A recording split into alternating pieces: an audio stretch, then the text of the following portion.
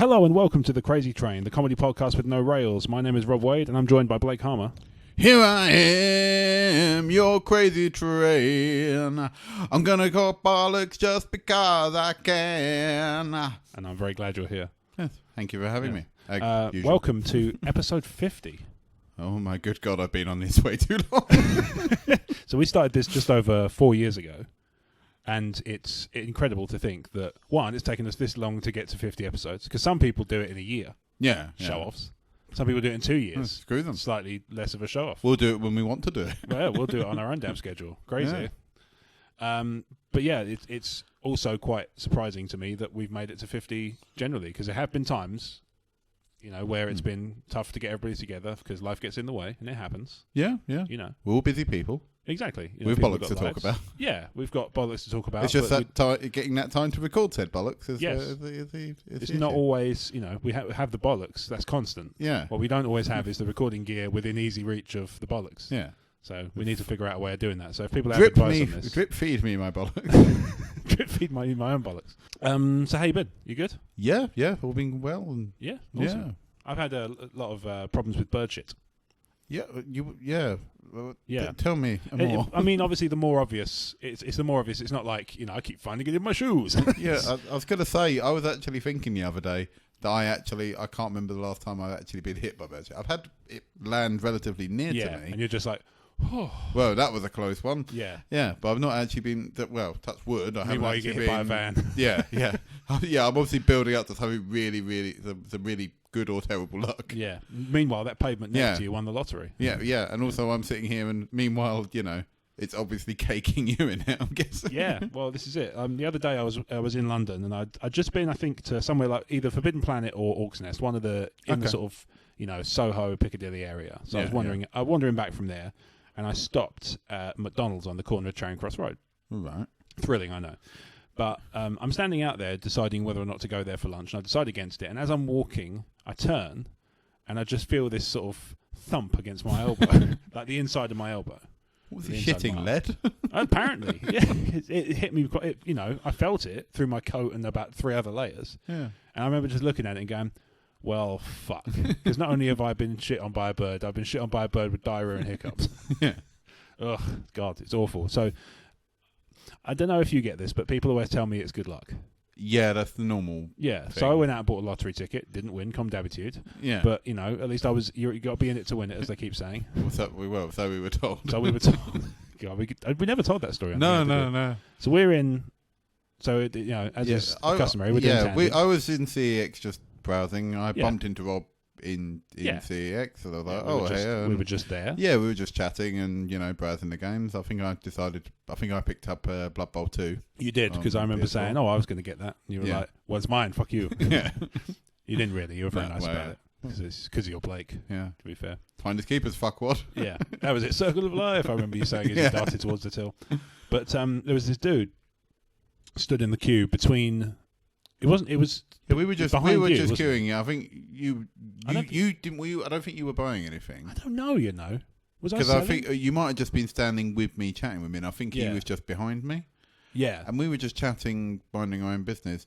And either he overheard a specific sentence or something, which I can't remember for the life of me what it could have been. Maybe life is a lottery? Yeah, it might have been life is a lottery, yeah. And he all of a sudden just went, "You got to be in it to win it." Yes. Yes, we do. We'd like you to leave us alone now, please. We didn't say, "Oh, yes, I'm going to buy my ticket today." Yeah, and also I don't remember ever at any point saying, "I hope some chump randomly assaults us with knowledge." I hope a random strange person just comes and talks crap at them. Yeah, well, you know, it's bizarre to me when people do that. The thing is, I did it yesterday. I find it weird when people sort of start up a conversation in a queue about. It's okay when it's about the subject you're talking about. Like yesterday, I was in a restaurant. I was buying lunch from a cafe. And the dude next to me was asking about a question about the fish dish they had. Yeah. And all I did was turn around and say, "Oh, you know," he was like, "Oh, I don't know if I don't know if I want it or not." And I just turned around and said, "It's really good. I'd definitely recommend it." That was it. You know, apropos of nothing. He didn't ask me for my opinion, but I figured he didn't turn around and go, "I didn't ask you for your opinion. God damn it, Wade." No, he just buy a lottery ticket. You got to be in it to win it. So how do you know my name? This is weird. Yeah.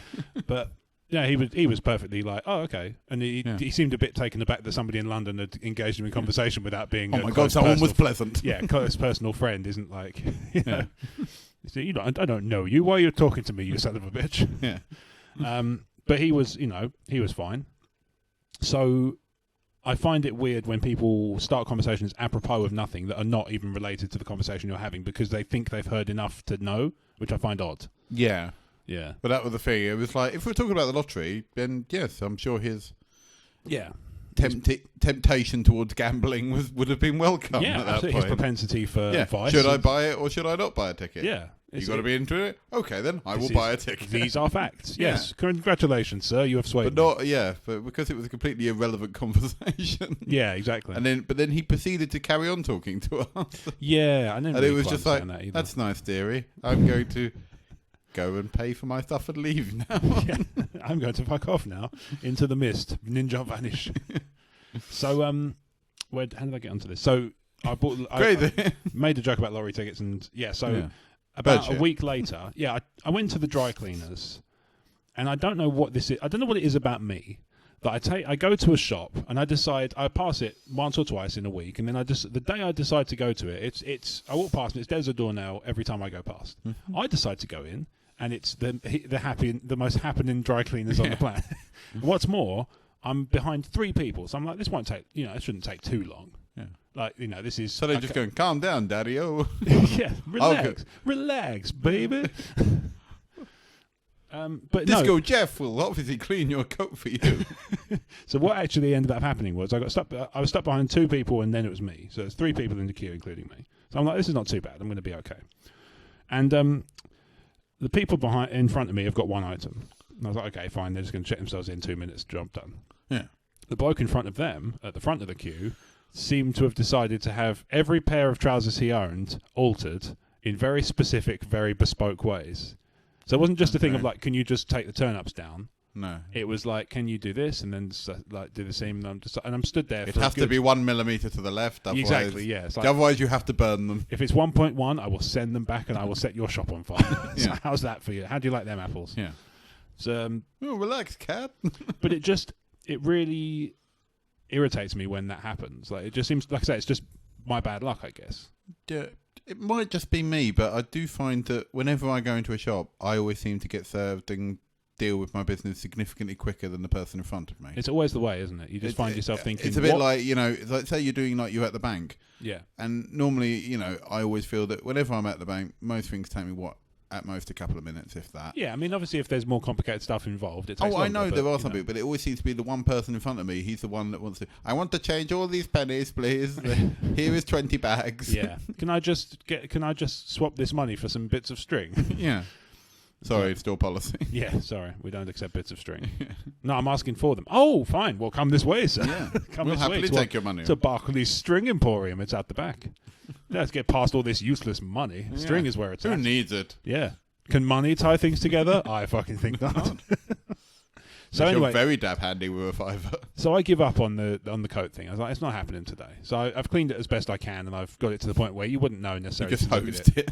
Yeah, just give it a light hosing, and you'd never necessarily know unless I told you it would have been. Yeah. I'd have to point it out to you where it is because nobody else has remarked upon it since then. But about a week later, Rob, you smell of shit. Do I smell vinegar? And like digested chips? Yeah, vinegar, digested chips, and shame. Yeah. I don't know, do birds feel shame when they shit? Oh, they're animals, right? I don't know. They're animals, man. They're animals. Yeah, they cut the goddamn power. Yeah.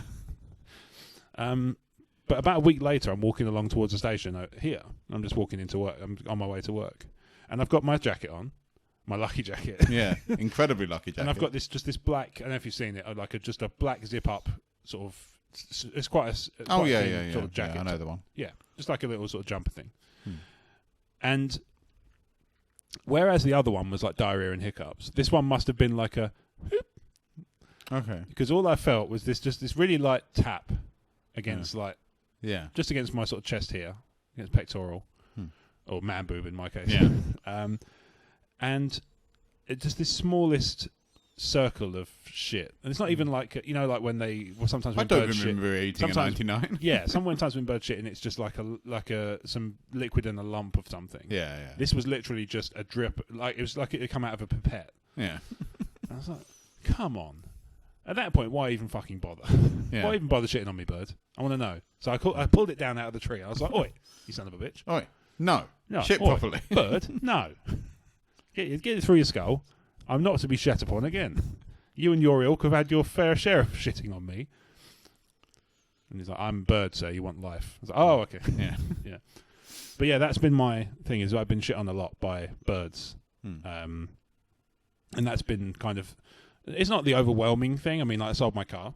Yeah. That's changed since last time we spoke on here. Was that shat on a lot? Is that why? It had been shat on a few times. And actually, the reason it got sold is because I took it to get it washed because it was covered in dust. Okay. Because I parked it up on the hill and And they washed guessing, it and it just eroded away. No, what it was, I'd phoned the breakers and they were going to come and pick it up in the afternoon. Okay. So I arranged to work from home so that I could go and meet them. Because obviously I couldn't park it outside, so I had to park it up the hill. Yeah. And again, this is thrilling, I know, for listeners, but whatever. It's episode 50. Suck a dick, I guess. Episode 50. Unexplained admin. Yeah, suck a dick, I guess. So I make my appointment and everything like that, and I decided about midday, about lunchtime, I'm going to go and get it washed, because if I was at Breakers and I had any opportunity to haggle the price down even a $5, I would do so. Because that's what they do. And Yeah, that's a yeah. perfectly acceptable thing, and Fine. people are welcome to engage in it, and more power to them. So I decide to take the car and go and get it washed. So I get in the car and I drive it round to the nearest car wash. I wind the window down and ask if somebody's free to do it. He said, yeah, no problem. So he starts coming up to the front and he goes, oh, you got a flat tyre. Now, this particular tyre, as an aside, I've had numerous problems with it. Just I've changed it twice and it still goes flat. Okay. So I don't know what it is. So I just said, I sort of flippantly said, 3 hours, it's not my problem. And he's like, what do you mean? I said, I'm selling it this afternoon. He said, oh, how much for? And I told him the price and he went, really? In the end, anyway, 20 minutes later, the dude from the car washer boy. Oh, really? Yeah, it was weird. It was one of those weird, I noticed a very serious defect. I need to buy you a new tyre. he But said, however, I will still pay you more than the guys at the Breakers will offer Here's you. a weird thing, though. He said to me, I'll tell you what, if you're, you don't have to pay for the wash and I'll buy it off you for the same price. And I was like, yeah, no problem. And as I was walking home, I was like, in what way was not paying for the wash a deal, bearing in mind that I just sold the car to somebody else? Why should I pay for it? I'd at already that point? sold. Surely you should have paid you more. But Yeah, Yeah. like the Okay. price of the wash, whatever. But yeah, I hadn't paid for the wash at this point. But the point is, like, I'll waive the cost of the wash. It's like, well, that's damn decent of you on your car. Yeah. I've just cleaned my car. But it was one of those moments where, because it had happened contrary to how I'd planned it, everything seemed to move at very breakneck speed. I will and I buy got your quite car off overwhelmed. you, and buy my own tyre for my own car. Yeah, I was like, well, I was doing, to be fair, because it had like a week's worth of MOT on it, I sold it dirt cheap because it was an inconvenience to get it MOT'd in the time it was remaining. Yeah, It's no, like that's less fine. than a No, week. I know Breakers don't tend to give a lot of money for cars anyway. No, exactly. It's like I could have, if I'd been a sort of one, either a bit more morally grey, or two, a quicker thinker, I might have said, twice the price I told him, like, and then he'd be like, oh, okay, well, he can enjoy Stick that. up your arse. Yeah, suck a dick, I guess. So that's sold, and that's been weird to adjust to because I'm having to drive my girlfriend's car, Okay. which is, I mean, you've been in it. It's not a big car. No, And obviously, I'm a massive cartoon man. You do. Your knees do seem to be incredibly high when you're in it. Yeah, it is much like trying to drive a go-kart with earmuffs on. Yeah. You remind me of the incredibly tall guy from The Simpsons. This is the biggest car that I could afford. But it's fine. I'm getting used to it. I mean, obviously, yesterday was not. We saw each other yesterday, and it wasn't the best example of my driving it because I was reversing up a steep incline drive. You then proceeded to stall it about 4 times. Yeah, and every time you were like, "No, it's okay. We can stop here. We're on the drive." I was like, "No, I'm going to reverse it back to the flat to bit." prove that I'm actually not bad at driving. Yeah, I made a pig zero parking it when I brought it home as well. Just as an aside, I know you wouldn't have known that if I hadn't said Yeah, anything. yeah. So in many ways, You I've could dug have my- got away with that. And I know. would- I've dug my own grave in many Yeah. ways. So Just anyway, like your team yesterday. Because oh god, yeah. So the listeners obviously and the people who watch our YouTube videos know that me and Blake are partial to a game of HeroClix, and we played a game last night with fellow Crazy Train regular Brad and your dad, who's a lovely chap. Yep, and also everybody on Brad's other channel, Suppressing Fire. Yeah, to them guys. Which they can always get a plug for if Brad ever dares to turn up. So we can move on swiftly from there. I kid. Anyway, what wasn't cool was your ability to roll any my ability dice to successfully roll dice with any degree of basic fucking dice rolling competence.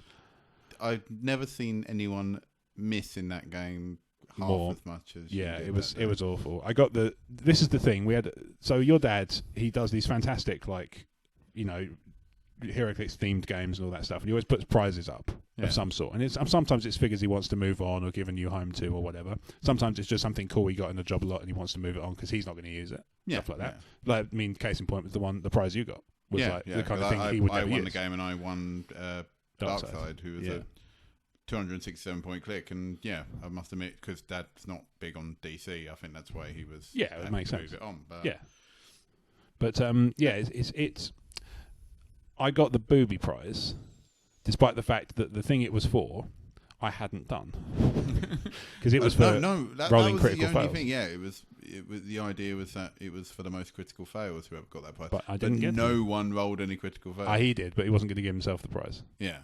But I didn't roll any, and yet it felt right to give me the booby prize. I think he just wanted to console you in some way. Yeah, I was quite despondent by the end because, I mean, I play, we play the games and we have fun as friends and stuff. Yeah, I think we've all had games where we've done badly. Oh, for sure. But we still had a good time. Exactly. And I think that was getting to the point where it was just like, kill me. Yeah, exactly. And it was just like, there was a point where it was just like, this many, give this character this many damage, and I'm just like, I might as well just put them straight in the fucking box. I already know what's happening. Yeah, we all play games that we're bad at. I'm playing Neo at the moment. Well, there you go. And I've obviously endured Dark Souls and Bloodborne in the past as well. Well, quite so. But, it got to the point where it went beyond, haha, it's funny because a faily thing happened at a funny time. And it was more like, I cannot succeed for love nor money, and I'm getting a little bit like it's not fun today. Yeah. But that really ground my gears. And on that subject, nice little segue there. See what I did? I'm going semi-pro with this stuff. No, I can't go full pro. You know what really grinds my gears? I am an amateur at this stuff, but I'm doing my best. Yeah. So I decided that because it was just the two of us, I think an amateur grinder is something else. Oh yeah, I think you're right. There's those websites I don't visit. I totally don't visit, and I only hear about. Honest. I read of it in books, but not those books. Not the bad books. But, not the naughty books. Not the bad books. Not that there's anything wrong with that sort of thing, books. Anyway, so what I did was I threw a question out to Twitter, and I threw it out to Facebook, and I threw it out to the other guys that join us on the show sometimes, like Omer and Crouch and Brad. And spoilers, that's most of it. Yeah.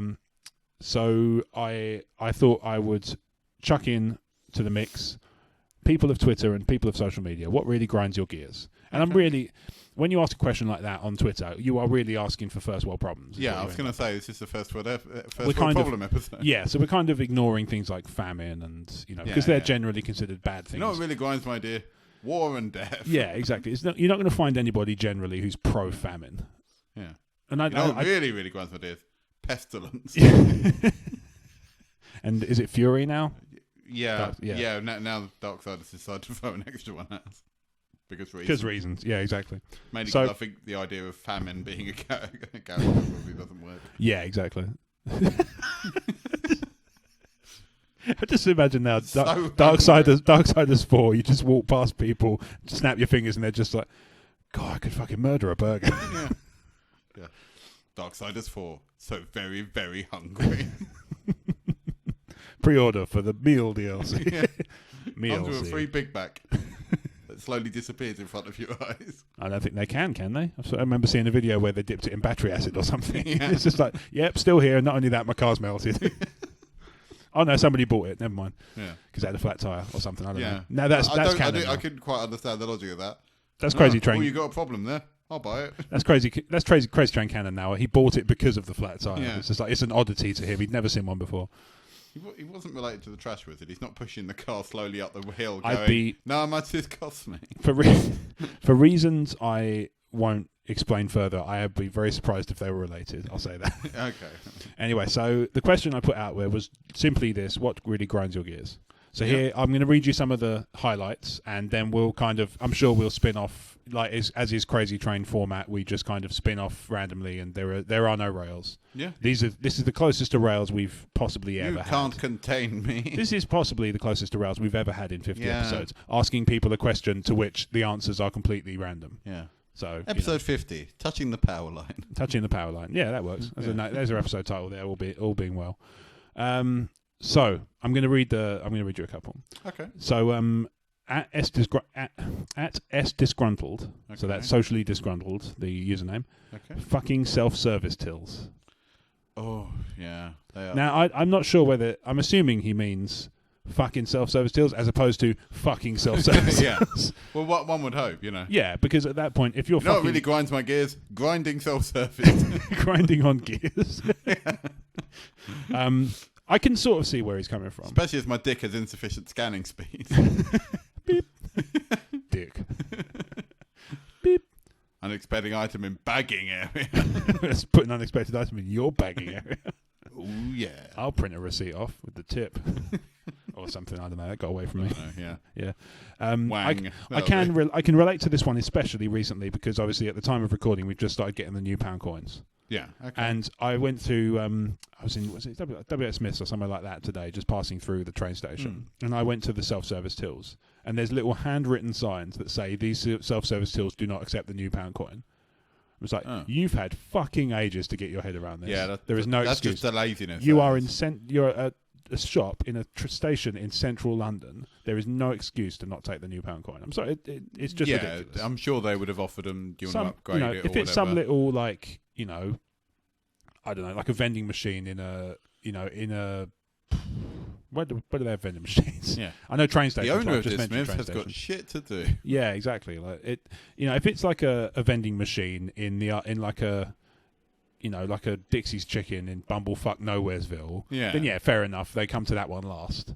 But Yeah. Busy shops. Okay, I only had a handful of the pound coins, granted. I've had like I don't know, probably about 20 quid's worth total so far. Yeah, maybe. Oh, yeah, I think I've had about maybe 10, 15. How long did you save them for when you first got one? When I first got one, I made sure I spent all of the other pound coins, the regular pound coins first, and treasured that one for a little while, and then went, fuck it, and then spent it. I kind of went. I got to about £6, and then I went, oh fuck it, they're everywhere. Well, I think it was I went to get my hair cut, and then they just went, oh, here's your change, and they just gave me all new £1 coins, and I was just like, holy shit, I've never seen that many in one go. And no, it's quite. The most I've seen in one go is the ones I saved up. I've never seen them in a large amount in like. Yeah, no, they change or literally anything. gave me like £5-6 in pound coins, and I was like, oh, okay, Nice, awesome. cool. So, Yeah. But yeah, that is at the moment is particularly driving me up the wall because it's a lottery, as in terms of you got to be in it to win it. As to which tills, which self-service tills are working with the new pound coins. Oh, okay. Because I must admit, from what I've used for self-service, I normally pay by card, so I just normally do contactless or whatever. So I don't. It doesn't bother me. But obviously, I don't commute, so I don't use. Yeah, it makes sense. On the subject of contactless, here's something a little minor thing that grinds my gears.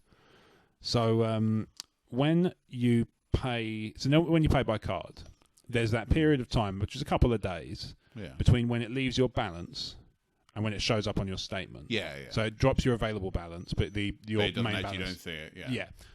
Contactless, you don't get that. It skips that step completely. So it goes out, and then you look like you got loads of money, and then the next day it's like all the contactless things, and then you're broke. Yeah. Now, obviously, you could argue, a pedant might say, that I should stop spending so much money on contactless, you fucking man-child. Yeah. But to them I say, probably. But that's the thing. I'm very. I find myself. I don't tend to have a lot of money. I tend to find myself withdrawing money when I need to use cash. I find that a lot of the time I do just pay things by card for the most part. Yeah, I mean, if I'm going out for an evening, I'll withdraw money, or if I'm going to like coming here, for example, I knew I needed change for the parking, so obviously I made sure I had that available. Yeah, it makes sense. There is they have got the contactless, like the app based one now. because my dad used it the other day. It's quite good, apparently. Okay. The phone one is shit, and I've tried using it before. Oh, I just noticed that they'd put the bloody prices up. So. Yeah, I know. Sorry about that. Yeah, it's not my fault. No, it's all right. I was just they'd done it in Gillingham, but I didn't realise they'd done it there as well. Yeah, they've done it in Chatham and Rochester as well. Yeah. This is what I don't get, right? So people who listen to this show who are kind of Medway based or visited Medway at some point will be able to relate to this. Why would you pay £3.50 ever to park in Chatham? Bearing in mind it's Chatham, I can pay for £3.50. I can park in Canterbury for nearly 4 hours. That was sort of bugging me. Is that I used to, if absolutely necessary, I would bring my car into work for certain reasons, and that because I knew I could easily use it. You ever need to do a ram raid. I knew it also used to cost me like £2.50 for the day. So if I was really running late, I could bring it in. I thought, £2 a day. Now that they've upped it, it's like £5.20 a day, and I was like, that's more than double. I mean, how can you even explain away why you've doubled the bloody parking? Well, the answer is they can't. Yeah, right. It's stupid, and I just thought, if anything, you're just going to kill the high street even more. I mean, this is the other thing. It's like, on its last legs as it is. I don't imagine the high street shops are thrilled about the fact that people are going to be put off driving their cars in because they're going to be more likely to not buy big stuff. Yeah, because if you imagine your supermarket in town, like Sainsbury's, or whatever. You're probably not going to be happy about the fact that people can't bring their cars into the town as easily or as cheaply. If it gets to a point after, if they carry on, do a big shop there. That's what I said. If it comes to the point where inflation's that bad, I might as well just pay the £30 fine. Yeah, well, there will be a point, I'm sure, where the fines go up in matching. Yeah, I was going to say, but so S Disgruntled also added standing on wet carpet in socks. Ooh, that is an annoying one. Yeah, and this might just be one for pet owners, but treading on cat sick barefoot. That's never if you're half asleep when it happens. You don't know it's there. Yeah, if you're half asleep when it happens, you're definitely awake by the time it does. Oh yeah, and you're just like because the shudder that runs up your body, from your foot up to your head is like you just go full. That is cold and damp, and there's only one thing that could be cold and damp at this time in the morning. And suddenly your body's haunted. Yeah, it's like wonderful. Yeah, exactly. So that I can totally relate to that one as well. So right, so motorbikes. Yeah, motorbikes speeding when you're trying to record a podcast. Yeah, of course. If this doesn't come through on the mics, then we'll look like pillocks there. Yeah. But never mind. Yeah. In case you couldn't guess, listeners. So we got one from the 30-something movie podcast, which is at 30 podcast on Twitter. Mm-hmm. People who wait until the last minute to plan things, especially when that planning involves other people. #yes, it's Monday. I'm guessing that meant this wouldn't have normally bothered me, but it's Monday. Yeah. Yeah. Either that or Monday. I mean, most people. Mondays in general, and obviously I know I'm the bringer of Mondays. So I keep hearing. Yeah. But yeah, I can be guilty. I'm not of sure if that ever made it onto the podcast. But probably not. No. I can be guilty of it at times, so I can't really. It's almost like a really weird kind of Room E14 thing we're doing here. Like we're taking other people's problems and going, like, yes, I agree, or yes, I do not. No, I do not agree. Yeah. But I do kind of see where they're coming from. But at the same time, I in the past have been guilty of it. I mean, this recording session was organised at relatively short notice. It was like a week's notice, I think. Yeah. I think that you'll get that anyway. You know, I've been, sometimes I'll get invited to things, weeks and months in advance, and I'll to the point that by the time it gets nearer to that, I'd forgotten that I'd been invited to it. So. Yeah, I've had that before as well. Like it can be it's easily done if like a lot of things are good thing I wrote it down in the calendar, and I must admit sometimes I have to like check with the person who organised it, going, what day is this again? Yeah. That's happened to me a couple of times. My sister must have been sick of me last year, sort of late last year, just before Christmas. Me. Jen, my sister and her boyfriend went to see The Impractical Jokers at the O2, which was awesome, by the way. Thanks for asking. It's fine. No, I'm talking to Twitter. They were almost certainly curious. Yeah. And actually, I saw a fellow podcaster there. I saw Toffer from the Master Debaters podcast. Okay. We were tweeting back and forth, going like, "What row are you in? What seat?" And I was like, "Oh, that must be nearby." So I think you're over to my left. So I'm the one waving. And then I just wave, and I've got this stupid thing. Here's another one that grinds my gears on this subject. Massive hands. No, apart from that, I can't really get away with saying that one because it is my hands. Yeah. No, the one that really gets me is coat buttons that pop off really easily. Okay. Because I've got a coat, like a winter coat, that's got they're sort of, I can't explain them. They're like the wrist clip type Paddington clips. The ones that are buttoned on. Yeah. The buttons are both popped off, and the bits of fabric are still there. So they just flap as I'm walking. They just flap around. No, I have, and I lost the buttons, so I can't reattach them. No, and I bought a winter coat once. I don't think I'll ever do it again. I bought it from Primark. Yeah, I'd sooner freeze. Now I know to always invest in a winter coat. Plus also you'd cost more to park as well now, so you don't actually get the same. Fuck it, I'll go to Blue Water. Go to one of the fancy shops. Hello, I'd like to buy a coat, please. Yeah. Oh, goodness. Oh, £100, we have coats for you. One sleeve for £80 or the pair for £140. And if you want the body of the coat, it'll be a £160 further. Bring it up to a total of £300 for the package. I'd say that's a pretty good deal, wouldn't you, Thaddeus? Yes, I would. No. I would not agree, Brian. I would say that our package represents very little value for money in the respect of the average coat buying consumer. Well, that's why I'd never ask you. It's like, more than 3 times the price of most. Well, that's why I never ask you, Thaddeus. Yeah, I know. Anyway. Yeah. Leave Brian and Thaddeus and as I said, over the course of the 2-3 months that I had said coat. It fell apart. Basically, all of the buttons just fell out. But it wasn't the actual buttons like you think. They were like push, pop, like pop button type things. Yeah. And it was actually the backs of the buttons were coming out of the coat. What? It wasn't the actual bit that you think, that's the bit it's you're the pushing thread on. That just, on. No, it was the actual bit with the little nib on the top that was going there. They just hadn't been sewn onto the fucking thing. Yeah. You can say what you like about, child labour laws and stuff, but at the same time, since they improved those conditions, the workmanship has suffered. Yeah, well, I was just saying. You did bad, kiddies. You did bad. Exactly. Go back to your turnips. What you're good at. So, at Cloud_Zombie on Twitter, so I think you're familiar with this particular user, spending hours looking for and retrieving diamonds and then falling in lava. She goes on to add, in Minecraft. Yeah, I was going to say. I don't remember you doing this, Kat. Last time I checked, you were not Indiana Jones. No, and I'm fairly sure, being as we live together, I'd have heard about it by now. Yeah. No. Stuff like that. From playing Minecraft in the past, I normally have. I never get that far in Minecraft. Well, to a degree, I get about in terms of things you can do in Minecraft, I think I get about to the 50% mark before I go, screw this, I'm going to do a new world. Yeah, I do that a lot. Because it's normally I get to the point where, I build a house, I build a farm, I catch all the animals so I can, create more of them, etc.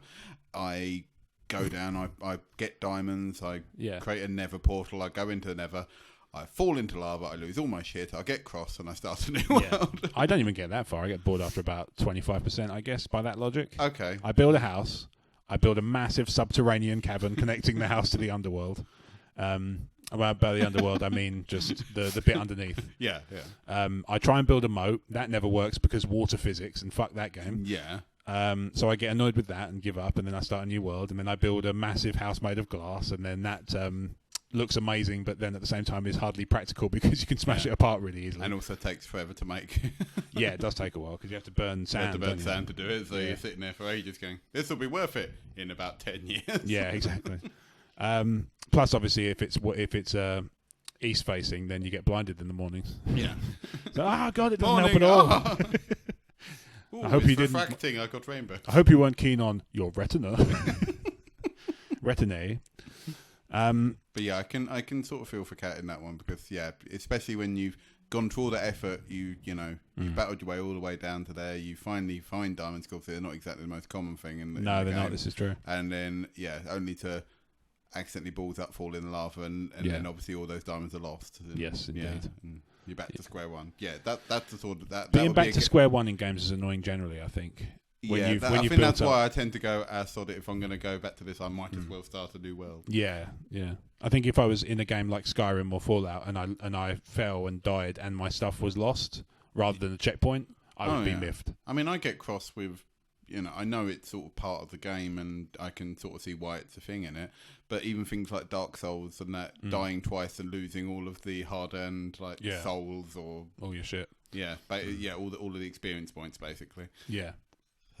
All right. So moving on. At Michael89Jones on Twitter. So he's one of the other Master Debaters hosts. Okay. Guy called Mike. He writes, what fucks me off more than anything is when you ask, you all right? And the answer is anything but, yeah, you. So he basically doesn't want to do small talk. He literally just wants to do, all right? Yeah, you. Yeah. And that's it. That's all he wants to do. I can't go with this one because I like conversation. Oh, no, I'm fine with... I'm okay saying morning, you're right. And, and for the most part it being, and, you'll get... If someone says, oh, not really, I've had a really crap night because of this. Maybe you'll have a conversation off that. Yeah, I'll have a conversation off that. But then again, because someone you talk to every day and then they say, something genuinely is quite hard. Yeah. But there was someone I used to see and they used to come every time you said you okay. And I don't know why. I think it's just, to the point that I was trying to stop myself saying it. It was whenever you said, oh, you're right, just as in my typical morning sort of thing to them. It used to be, there was always something bad, but it was always something slightly pathetic as well. It was, burnt my dinner last night. And I was like, oh, okay. Because they'll make it sound like it's like the end of the world. Oh, sure, yeah. Or I took my dinner and it fell out on the floor. They're expecting you after they say I burnt my dinner last night to go, dun, oh my God. Oh, the humanity. You blew it up. God damn you. Damn you all to hell. But yeah, I was just sitting there going, oh, that's an annoying thing. Yes. And then they carry on talking, and I'm sitting there going, this is also an annoying thing. Yeah. Why am I stuck in a 20-minute conversation about a flan? I will. So in that respect, I will agree. And I think in that respect, I think that's what he's kind of driving at, is that same kind of thing. Like when you sort of say, you all right? And it's like not really, Yeah. I don't mind it occasionally. Yeah. That is fine. But I knew normally when you say, oh, morning, you're right, it is just a typical, it's a greeting, really, rather than a genuine, how are your auras? Are they in flux? Yeah. Is your chi balanced? Yeah. I'll tell you what, if somebody asked me that, I'd just be like, fuck off. You bang your tambourine somewhere else, you piece of shit. I kid, live and let live. But yeah, I do feel his pain just because I was just like, fuck off. But that's the thing, it got to the point where I was like, I'll say all right, and I just go, yeah. Oh no, what have I done? Yeah. But it was just every time, it was just like... Inside, you're like, what have I done? Yeah. And it was always something, just nothing ever good happened to that person. It was like, It's like, I know what you mean. It's like the perennial kind of... It's one thing when, like you say, it's like, I heard like a friend passed away or something. It's like, that's a genuinely horrible thing to happen. Yeah. And if that happened... Yeah, in fact, that's actually, I think around the time that they started going off on one, and I was just like, oh, that's a shame. My nan died. Yeah, exactly. I was like, I'll show you. And then what did they turn around? It's not a competition. Like, yeah. No, I bet, because I'd win. But then again, no, but I think I did that. And I went, oh, I'm sorry to hear that. And then they carry on talking about their thing, and I was sitting there going... I bought some prawns, and after I opened it, they smelled a bit off. So I had to throw them all away. But I was like, why am I having a conversation about prawns and not... Are you okay? Do you want to talk about it? Yeah. It's like, yes, on the one hand, prawns, they're jolly good. On the other hand, bereavement. Yeah. You're not really taking my mind off it. I know this was obviously a few years ago.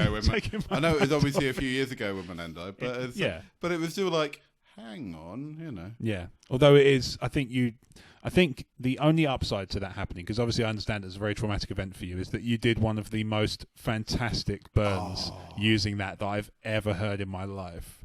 And so we can set the scene. Have we done that? I don't know if we have. We'll set the scene. Yeah, this was a few years ago, as I said, when my nan died. It was still in Bender Crack Corn at the time. Mm-hmm. So this, for those who are coming in at this is their first episode. Bender Crack Corn I used to play in a skiffle band locally in the Medway scene called Bender Crack Corn. We were a covers band, but we played on like skiffle instruments. Yeah, jolly fun band. Yeah, we used to enjoy it a lot. We played it for laughs and all that. Yeah. It was band practice. I think it was myself. It was around the time we used to have practice at my parents' house. Mm-hmm. Obviously my nan had died. I think Ronnie, who was a guitarist in the band, his nan had recently passed away around about the same time. That sounds so right. we were sort of talking about it. Sorry to hear. Sorry for your loss. Sorry to that. And, anybody have any prawns? And Omer, who was also in our band, just walked in nonchalantly, not realising what he said. He just went, "Oh, I've just come from having fish and chips with my nan," and I just went, "All right, show off." What's what? And he died, and he just died with laughter. Yeah, of course. Because I thought I could have killed him by just doing the straightest face ever, and he would that would have been the end of him. Absolutely. Yeah, I think he would have never spoken out of turn again, just in case. Would have made the podcast very weird. Yeah. Luckily, I took it in jest. Yeah, exactly. Speaking of Omer, so you know this story because I told you it yesterday, but you know this face app that's doing the rounds. So I took a picture that I'd taken of you on my phone. Oh, that bloody thing! I told Kat about that. I'll send it over to her. She'll dig it. She'd love that. So I ran it through the filters, and the old one made you look. I can't explain it, but it made you look odd. Okay. The old one seems to run you through a set of faces at different angles, because there was one with a friend's baby, and it looked like the phone was haunted. It just came up with like a weird ghost face.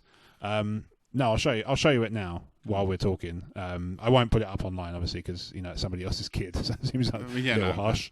But yeah, bottom left.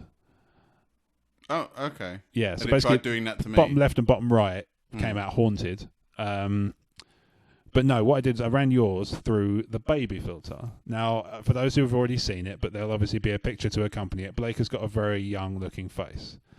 And, that's fine. That's just his face. That's just the kind of face guy he is. Yeah.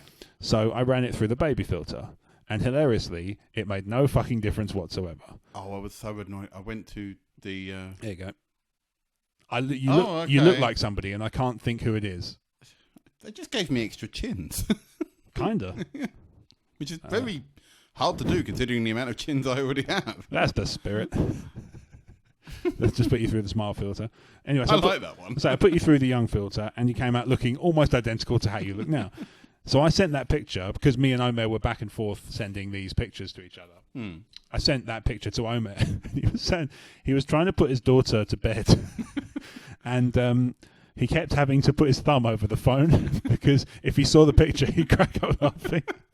And he sent me a little video, which was just her. You could see her in the background, like sort of slumped out, face down on the bed.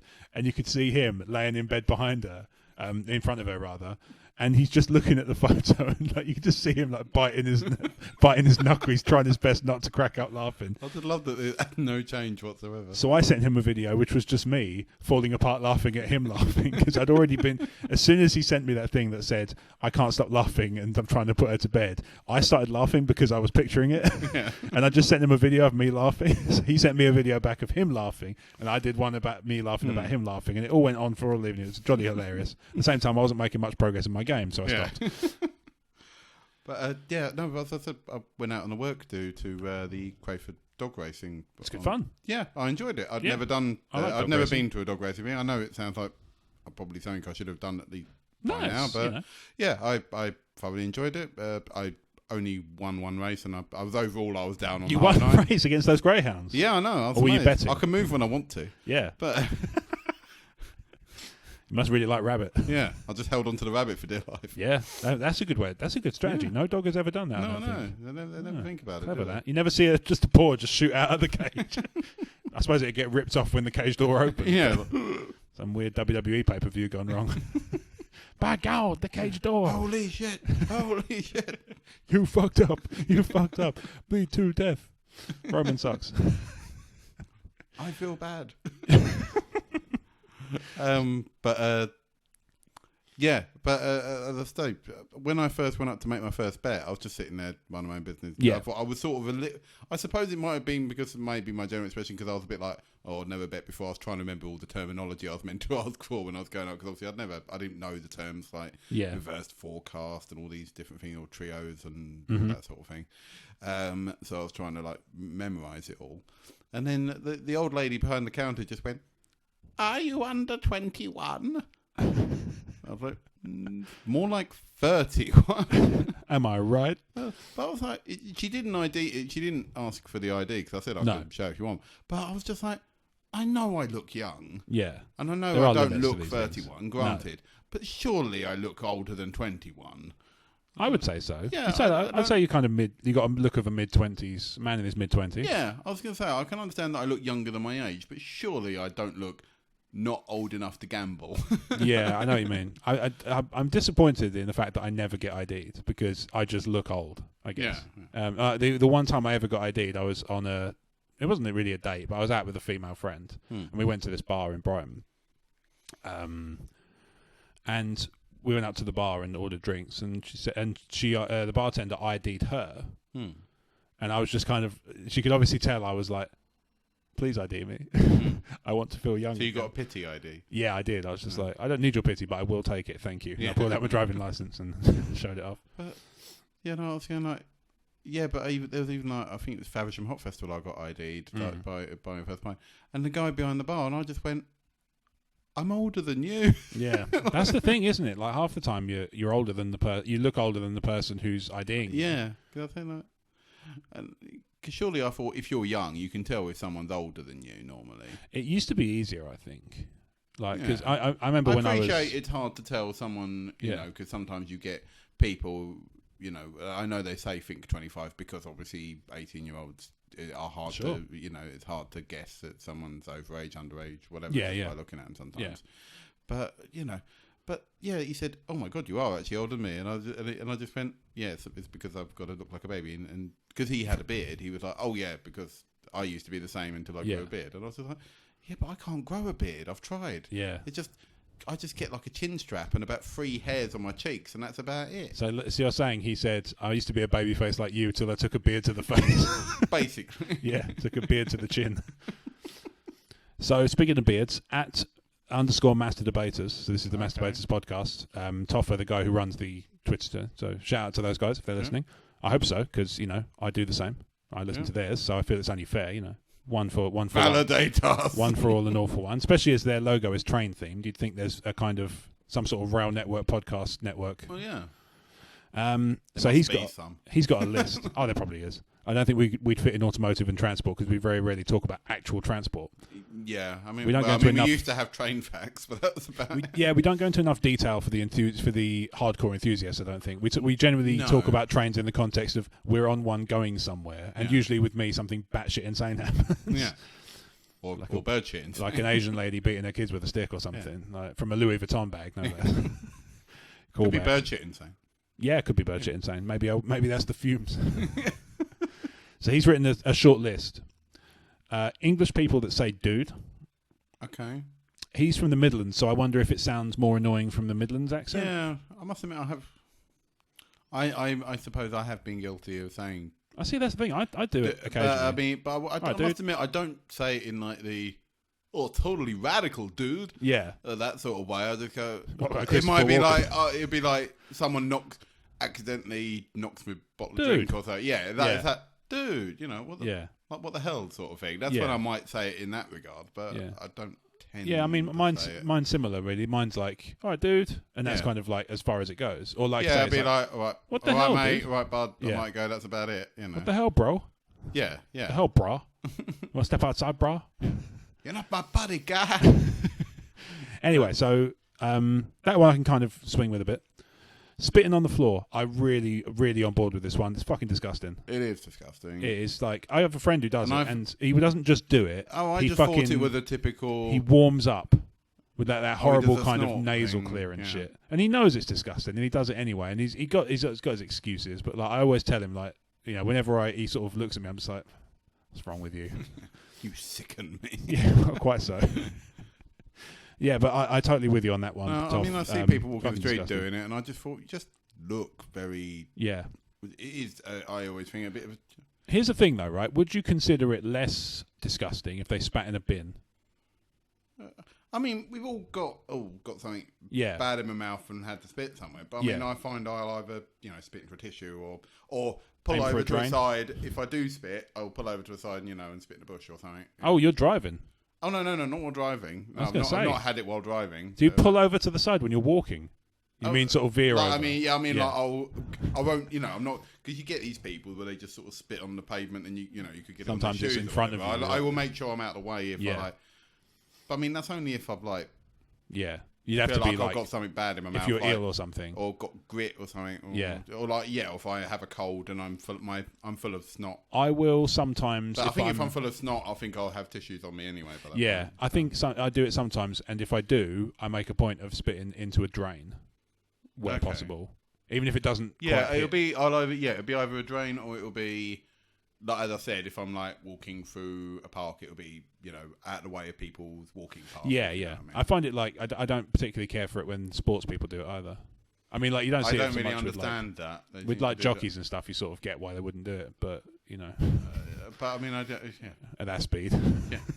Can't help but feel like somebody's just gonna be. Oh, my mouth! Oh, my mouth's full of horsehair. Yeah, just spit backwards, and then it's just like, you know. And catches a loogie on the inside. I don't understand like the whole footballer mentality of doing it. No, I don't. I'd say it's just fucking disgusting. Cut that shit out. I do it. If I do it at all, I do it discreetly. Is what my point. Yeah, exactly. Like you say, go off to the side. I'm not saying into a drain. I'm not saying but I don't make it habit because you get these people that just spit because into an open handbag, that sort of thing. Yeah. Of a passing pedestrian who bumps passing into old lady. Yeah. But I don't see the point of. I don't get the mentality of it, and it always seems to be, you know, you're gonna sound old now. It's like, oh yeah, it's always these teenagers you see. It is like young youths. I mean, to be fair, it was teenagers when we were kids as well. It's like teenagers. I mean, when I was their age, I was sitting there going, "Why the fuck are you doing that?" Yeah, you'd be like, "Ugh, gross." But some people, I remember walking. Like, I remember seeing some people, and they'd just be spitting the entire time, like literally. They'd walking down the road and they'd have spat like 10 times in like the space of 30 seconds. I was like, there can't be anything else in your ear. You're just doing it because you can. Yeah. You know? It's like when you're really ill from, let's say you've got pissed and you got really ill, and there's a point where you run out of food. Yeah. And you just start throwing up liquid. Yeah. I said, it's got to the point where you're so bored, you just like, I might as well throw my phlegm at people. Yeah, exactly. It happened to me before. Do you remember? I remember telling you about it. That same jacket got spat on the back of. Oh, yes. That jacket's fucking cursed. I swear to God. Well, yeah, I was going to say. Yeah. I think I pissed off the volcano while wearing it. Anyway, he moves on. The word epic. I'm sort of with him. I think it's been done to death. It's been devalued. To a degree. Like, I mean, I can awesome, understand. genius. I can understand an epic if it's used in the correct term. It's fine. Like if you're talking about, you know, a big ballad type thing, you would say that's an epic ballad type thing. You know? Yeah. It's a big ballad type thing. It's an epic ballad type thing. Or Lord of the Rings. Yeah, I mean, for the genuinely enormous. Oh yeah. It's used a lot for overselling things. Like, you know, something is epic. That sandwich was epic. It's like, how big was it? Yeah. Normal sandwich size. It's not fucking epic. Well, I have an ongoing argument with friends and work because they seem to disagree with me, even though when I've actually explained my reasoning for it, they've gone, oh, okay. But I always say, like, because everyone they rave like how often they have Nando's and that, and I was just like, I was literally coming to that. It was going to be one of mine. Why the fuck would you queue for 2 hours to go to Nando's? I've never. Oh no, I'd go. I don't get it. It's that bad. I don't get the appeal. I mean, it's. I like Nando's when I have it. It's tasty food. I went for lunch the other day. It's fine. Yeah, but I wouldn't have queued for 2 hours. I'm just saying. My argument is that you get everyone raving about it on something like social media, and I say it's a nice sit-down restaurant, to a degree, but I wouldn't rate it above any other sit-down restaurant I've been to. The service is no better. The food is fine. Yeah, the food is tasty. Prices are reasonable. You know? But they said, oh, it's cheap. And I went, well, not really. It's no cheaper than, say, Frankie and Benny's or any other sit-down place. What did I buy the other day? It was the butterfly stuff, the one that's boneless. Oh, yeah, I saw some a couple of sides and a drink and some olives, and it was, with discount, it was 15 quid. Yeah. That's not cheap. Well, that's what I said. Cheap is like £4 for a value meal. Yeah. If me and Kat go to a sit-down place and we just have a mains and a drink... I normally go, that'll be about 30 quid for the two of us. And which it normally is round about. For eating out, that's fine. Yeah, and Nando's is about the same. Yeah. And so I was like, when they say, it's cheap, I was like, it's not though. It's not really, no. It's still a sit-down meal. It's still, you're still there for like a good hour or whatever. Yeah. And it's just, it's not bad. I just think it doesn't deserve the praise that it gets. No, like I say, I certainly wouldn't queue. I've seen queues like Blue Water, for example, right? Now this one even baffles me even more for reasons I'll come to. I'm walking through the food bit where they've got like Jamie's Italian, they've got Oaxacas and they've got Wagamamas and all that stuff, and they're all good, you know, and they're all maybe they're relatively busy. Gourmet Burger Kitchen's a little bit busy. Nando's has a queue that looks like it will take 2 to 3 hours to serve everybody. that was actually talking about another one, which I think I've only ever been to once or twice. So, but I mean, from what maybe I haven't found the dish yet. But yeah, that one. Yeah, the one that makes me see what the point is. But I mean, I enjoyed TGI Friday. But I must admit, TGI's. I was in is it Ed Steiner that's next to it? Yeah. And that's also fine. I enjoy that. I think the milkshakes are awesome. Yeah. And I was just nice stuff there. But I saw this massive queue. Yeah. Waiting for TGI's to open. And I was like going, if Why? I saw a queue that long... I wouldn't go. No. Especially, like I say, in that particular bit, in that example... I said, I'm not saying TGI's is bad. TGI's is good. It is. I will go. It is a bit more pricier than the other places, but it's still nice, you know. But it's like a nicer Frankie Benny's, really, I suppose, if you're going to... Yeah, pretty much. But, again, I'd say it is... I would say possibly overrated in relation to how people oversell it. I would agree with that. Yeah. What drives me up the wall is not only the fact that there's so many other eateries around the Nando's that are also just as good, if not better. There's a second fucking Nando's. I mean, I've only ever been to Oaxaca's once when I was in Brighton. Yeah. And I actually thought that was really nice. It's really nice. I was like, I will go there again. Yeah. And I must admit, I always forget that it's at Blue Water. Otherwise, I would go there again. But that's what drives me up the wall. There's a second Nando's. Go and queue there. Well, that's the other thing. There's another one around the other side of the food. And also, the other surely food the other annoying part of that Nando's is that it's right by the bloody entrance to the food hall anyway. That Nando's. That one, yeah. So surely you're just creating a blockage of traffic there. Well, quite so. You know. So in the similar way. I think that Epic has been sort of overvalued to the point of Nando's is the same as Epic. Yeah. On an unrelated note, just because that's what we do here. Yeah. So we went to Nando's for lunch, and we're having a perfectly nice lunch. Mine took fucking ages for no apparent reason whatsoever. Yeah. I have a funny feeling the cook just kind of lost the ticket. So because I asked after about 20 minutes, and I was like, "Yeah, what's happening with my food?" And they were 5 minutes, and then it turned up really quick. So I was like, I wonder. Yeah. Anyway, so we finish our meal, and we sit very briefly and have a quick chat till we finish our drinks, and then we leave. On the way up, because it's one where it's like there's a little bit, because it's in London, there's a little shop front on the main floor on the street level, and then it goes downstairs to where the big seating area is. So there's only a couple of bar seats upstairs while people wait for tables. And I'm walking up the stairs, and there's about half a dozen people there, and they're all giving us the biggest shit-eating evils I've ever seen in my life. Okay. And I don't know why that is. And I can only assume it's one, because we're in London and people in London seem to hate each other unconditionally for no apparent reason. I think. Two, in their mind, because of the said hatred for other London-based people, whether they're commuters or living there, doesn't matter, they think that we finished our drinks and meal and we're just sitting there for fucking 20 minutes because reasons. It's like, I don't understand why people can get so fucking angry that somebody has vacated a table, giving you space to go down and eat. But it's, like I say, I've never seen somebody look at me with such fucking disdain. I don't mind sitting somewhere. I mean, I find my restaurant experiences to be in the middle. I don't like waiting there too long for someone to come up and say, "Do you want a dessert or do you want the bill?" Or whatever. If you wait too long, I don't like waiting too long. That annoys me. But also, I don't like the idea of, "Do you want the bill?" Yeah. Can you fuck off, please? Yeah, exactly. We just really like you to fuck off, please. We really need that table. Because I mean, I had been to restaurants where I just felt rushed through the whole thing. When they're stacking chairs around you and stuff. Yeah. Well, no, it's just like I feel like they were. Yeah, they're trying to hurry you on because they know they're busy, and I respect that they're busy companies, but surely don't rush me. Yeah, you walk in, you'll get like the 10 times, oh, you enjoying your meal? You enjoying your meal? They see okay.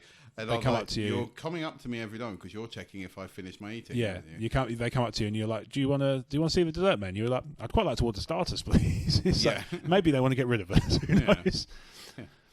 Do you mind leaving quietly without making a fuss? Yeah. The next two on this list are a little bit like, they do seem like very specific to this dude. Okay. Philadelphia pots, because you can never get the fucking lid back on. Okay. Fair enough. Yeah. In a similar way, fitted sheets. Same sort of problem. Yeah. And Peppa Pig. So he's a dad. I think he's a dad. Okay. So I sort of get that more. I think because I'm not a dad, I don't know the horrors of Peppa Pig. Either that or he's really keen on like vegan-friendly programming. Yeah. Who knows? So I put this out to... so up herself, that pig. I put this out to the rest of the guys who've joined us over the last 50 episodes on the Crazy Train. Mm-hmm. I think you've done very well, by the way, to only miss one out of 50. It's a pretty good game. Is that the only one I've not You have a 98% attendance rate. Bang. Bang. Yeah, sound of shovel to face. Yeah. So they came back to me with about 100 comments. I've cherry picked some of my favourites. Okay. We want less Blake on these things. No, that wasn't one of my favourites. Okay. That's kind of, that one's been done. Yeah. We've heard that one before. So Joe put in a couple. So when you have to fight for storage on your PS4 because it's filled with PS Plus games, and your internet's so slow, you have to consider what's worth keeping and what isn't because it will take a year to download anything. Now, I have sympathy for this position because I used to live in the same area as he did, so I know exactly what he's dealing with in terms of internet speeds, and I know that on a bad night, it is like dial-up.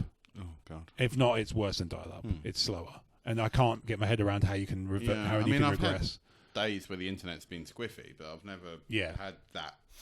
So far, touch wood, I've not had to deal with more than unplugging the router and plugging it back in again a couple of times and changing the wireless channel every now and then. I mean, I've never upgraded my PS4's hard drive, and I've never used I've contemplated getting the external hard drives just for that. I think it would make, and also possibly for the Xbox as well, just to make life a bit easier. I have one for the Xbox. I don't have one for the PS4. I don't really have enough games on because now I let my Plus lapse.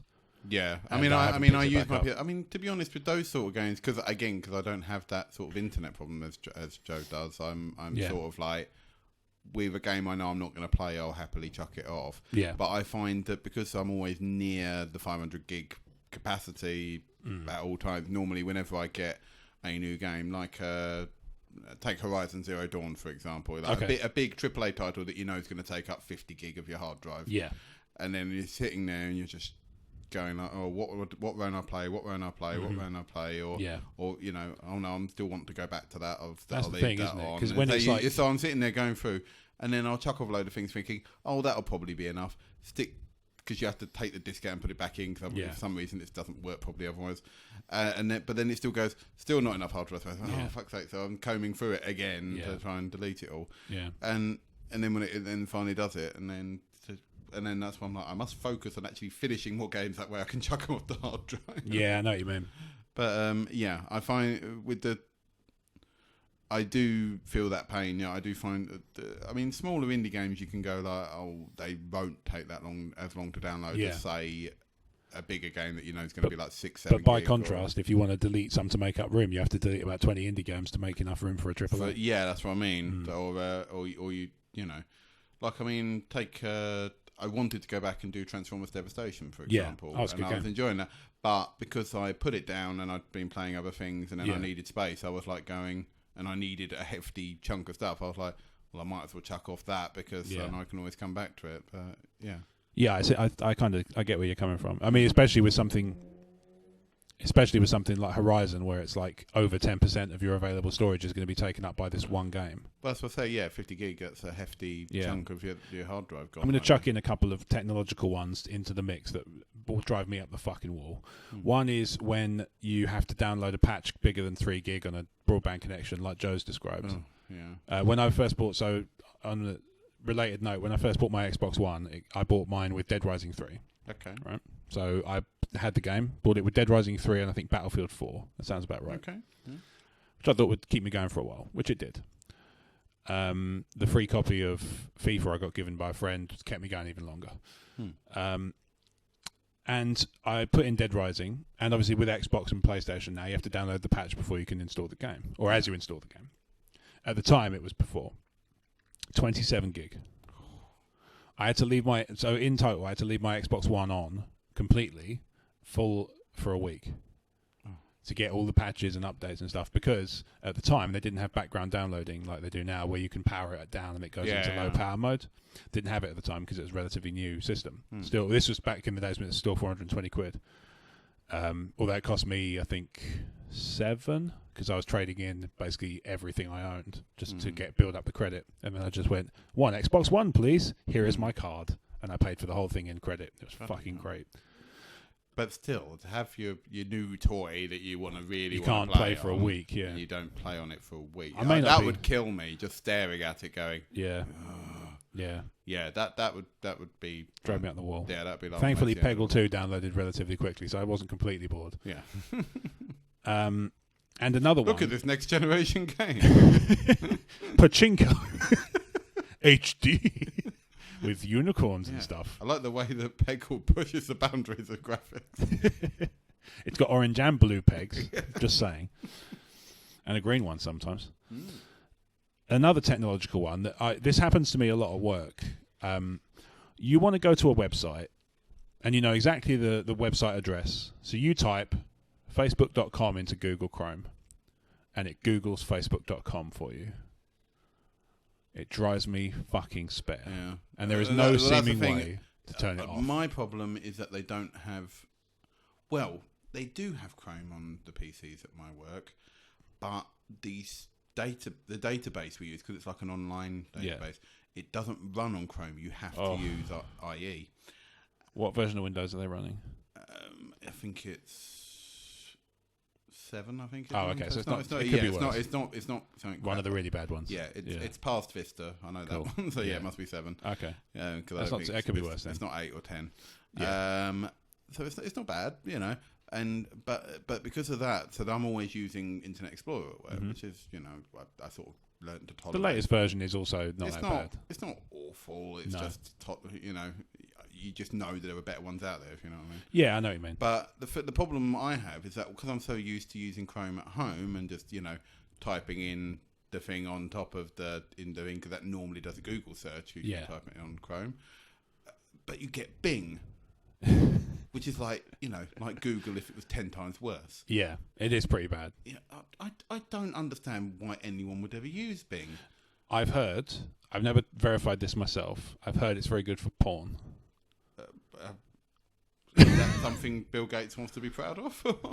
I don't know. I don't think he's ashamed of it. No, but I don't think he invented Bing. But I mean...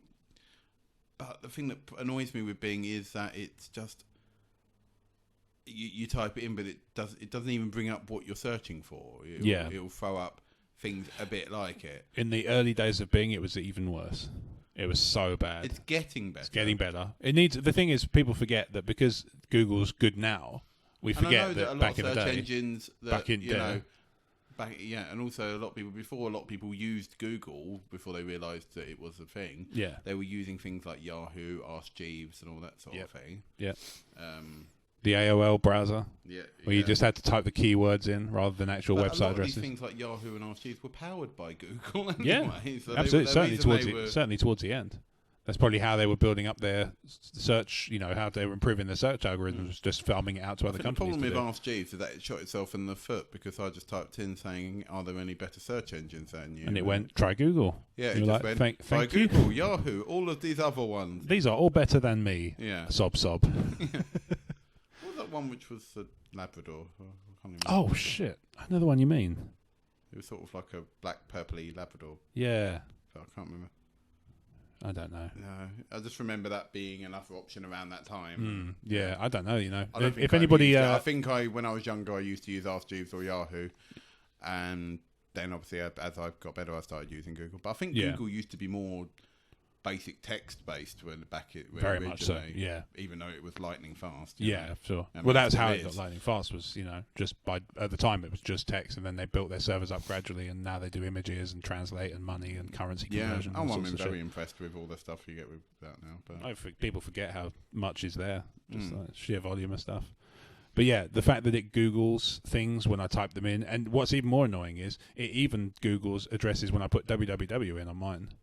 Yeah, Bing, so Bing will do that as well. So you have to put I'll type in www.google.co.uk or whatever, and it would say, do you want this Google website?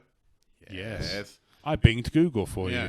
It's like, I really wish you hadn't. Yeah. Thank you, Bing. Thank you, Bing. Back in your box. Yeah. At the same time, the other day, so like the voice search stuff is even more entertaining. But it's kind of, because it's new tech, it's kind of a bit more forgiving and it's a bit funnier. Yeah. I was at my dad around the other day, and I don't know what he said, but it interrupted the Netflix we were watching and ran Silent Hill Downpour. Okay. So he managed to say something that sounded like, "Hey Cortana, start Silent Hill downpour," midway through an episode of Archer. So I was just like, what the it switched out. I was like, what the hell? And it just started playing Silent Hill. Yeah. It's like, well, you can fuck off. Yeah. See if I can find a way to disable that shortcut. Yeah. Needles in the eyes. Hey, Cortana, scare the shit out of me. Yeah. Play me that bit from Event Horizon where Miller sees the horrible thing. Yeah. Hey, Cortana, play PT. Oh, sorry. Yeah. Well, to be fair, I never downloaded it and I don't miss it because I couldn't even watch Joe play it. I still have it on my PS4. But yeah. I couldn't even watch Joe play it. I don't play it. No. Yeah. So Joe goes on to say, when you recommend a show to someone and they either never bother with it or end up hating it. So that sounds to me like when I recommend something to somebody and they don't like it as much as I do. I sort of get where he's coming from, but it doesn't. I don't think it bothers me that because much. I am guilty of it. I am terrible at watching things, getting around to watching. I'm bad at not getting. I'll give him that one. Never getting around to things. I'm quite bad for. Yeah, not liking stuff that you like. It's not that I'm not willing to watch it. I mean, if I was with him and he went, "Sit down and watch this," I would sit down and watch it. It's just the thing of you might not have time, or you might not. I just go like, "Oh, I'll do this," and I'll be browsing Netflix and go, "Oh yeah, there's that thing." I'll do that at some point, and I just don't. Never do. Yeah. But I mean, this is the reason I've only ever watched 2 episodes of Game of Thrones. I'm terrible. Yeah. And I do want to do it. I've bought 1 to 5 with the series is 1 to 5 with the idea that I will want to get through them at some point. But what's interesting is we had to watch that episode of Frasier with the radio play here because you'd never seen it before, and I knew, and in a way, I guess I instinctively knew that that might be the case, and you'd never watch it unless we did it here. And I really liked it. And 2, I love that episode, and I'll give any chance to watch it. I also find that sometimes you've had a long day, you want to watch something, but sometimes I always find some shows where, like, it might just be me because obviously at one time I picked Kat up from the station and had dinner. We don't have an awful lot of time to sit down. I mean, we can watch a film or we can watch that, but we normally find ourselves watching like a half-hour thing or something just because it's just I mean, we're very slowly working our way through Dirt Gently at the moment. Oh, okay. But the reason we're taking us so long, because I know it's only 8 episodes long. Yeah. But the reason it's taken us so long is because it's quite, there's a lot of weird things happening in the episode. Sometimes we get home and I'm just like, I don't want to have to think. I know what you mean. Even though it's still fun and it's more, it's more quirky, really. It's not. But I was just like, I want to watch silly things. That's why I like. Yeah, Mitchell and Webb or Archer or something. Exactly. Stuff where you know the jokes inside out anyway. Yeah, I'm in my comfort zone or I haven't watched Futurama in a while. I'll watch that back to back. But I'm in a similar boat because I've been trying to watch Detective Conan on Netflix. It's an anime, and they've only got a Japanese dub with English subtitles. Yeah. And if I'm tired, I don't want to watch that. Plus, also, I can't use it as background noise when I'm doing something else and just get the gist from the audio, like I can with, say, I can do like audio books or a Seinfeld. I'm really good. I can get Seinfeld really easily. The other thing you might find is sometimes if you're if you're living with someone, you might want to watch something together as well. And, she's not big in anime as well. And if there's a program that's not particularly, if like your other half's not particularly interested in, you might find yourself taking yourself longer to actually get around to watch that one in your own time. She's generally all right. She's generally not a massive anime fan, but she did start watching Attack on Titan recently. Yeah, but I think, to be fair, most people do at some point. Give it a go. I mean, Kat really liked that. Kat's okay with anime. I mean, we do try a few ones, and if it doesn't grab her, she's like with it. I mean, we did try Detective Conan, but we just didn't grab her. So. That's fair enough. I like stuff like Sherlock Holmes style shit. So yeah. I mean, because she didn't show an interest in, because I'd heard good reviews, I'd started Blue Exorcist, but I'm watching that on my own. Okay.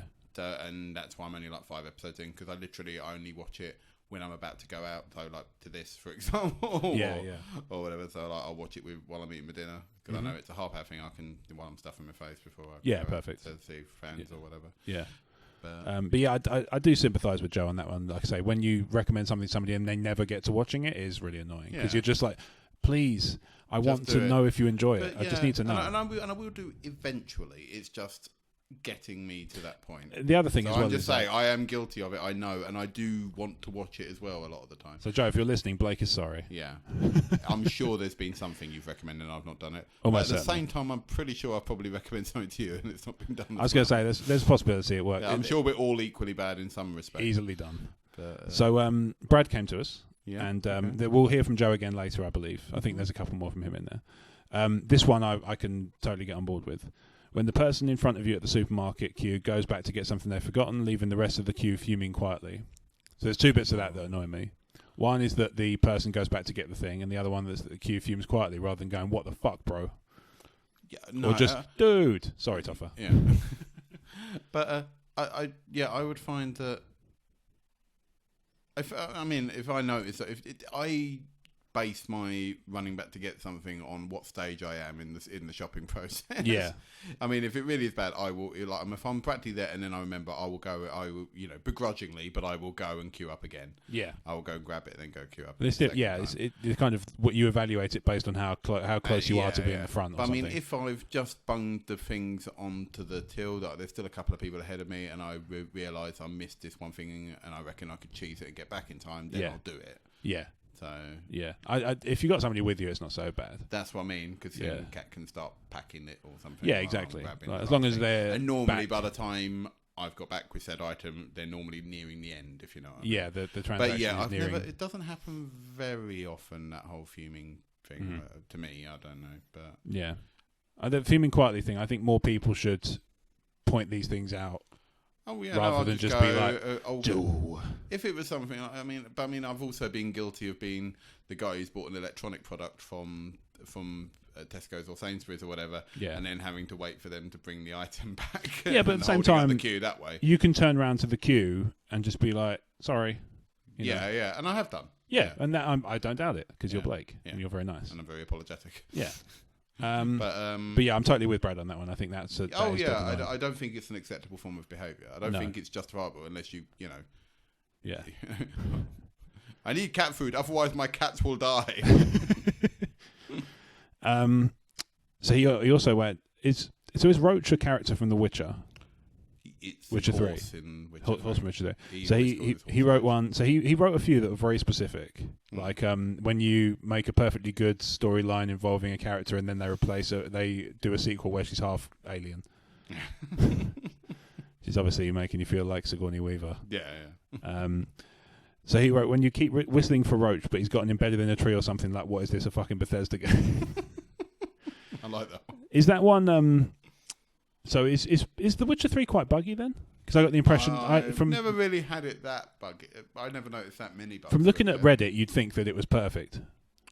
I know Reddit's big on it. It's not as bad as Bethesda games. No, but at the same time, I find Bethesda... I'm sure I'd like The Witcher 3. I tried The Witcher 2 and I couldn't really get on with it, but I'm sure I'd enjoy The Witcher 3 because apparently it's for much tighter controls and stuff than Witcher 2. Yeah, I've not tried Witcher 2. I mean, I tried Witcher 1. Yeah. And I gave it a good go. I mean, I gave it a good... I think if a game doesn't grab me and I've given it a solid 8 hours, it's not like I've given up in the tutorial. It's interesting you say that. So here's another one to add into the mix. When you try a TV show and you watch an episode and it doesn't grab you at all, and people say you've got to give it like a season. Yeah. Why? Oh, that first season's bad. Carry on with it. Why? How many hours do you think I have in my life? Yeah. So here's the thing. This is an unpopular opinion, but I don't care. This is just how I felt watching it. Rick and Morty left me cold.